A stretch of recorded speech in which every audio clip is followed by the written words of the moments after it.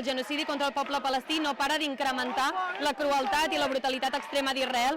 Ahir Israel va bombardejar un hospital, es calcula que han mort 500 persones.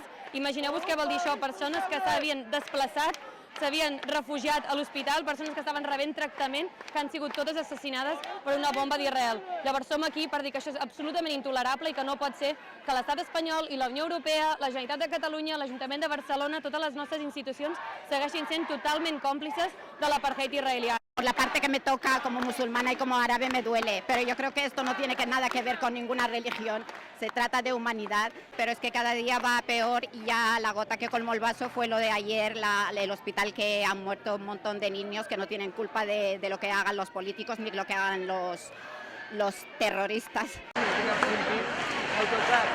Hem convocat una manifestació unitària aquest dissabte a les 6 de la tarda a Jardinets de Gràcia. Hi ha més de 100 entitats adherides demanant al govern de l'estat espanyol que apliqui un embargament d'armes immediatament a Israel per les seves constants vulneracions de dret humà al poble palestí i per mostrar quantíssima gent que estem amb el poble palestí.